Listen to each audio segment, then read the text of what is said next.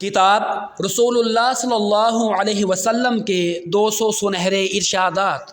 ارشاد number 82، اذا مات الانسان، جب انسان فوت ہو جاتا ہے، انقطع عنہ عملہ، تو اس کے عمل کا سلسلہ منقطع ہو جاتا ہے، الا من ثلاثۃ، البتہ 3 طرح کے اعمال کا ثواب بدستور جاری رہتا ہے، الا من صدقۃ جاریۃ، صدقہ جاریہ، او علم ينتفع به، وہ علم جس سے فائدہ اٹھایا جا رہا ہو، او ولد صالح يدعو له، یا نیک اولاد جو اس کے لیے دعا کرتی رہے۔ صحیح مسلم 1631۔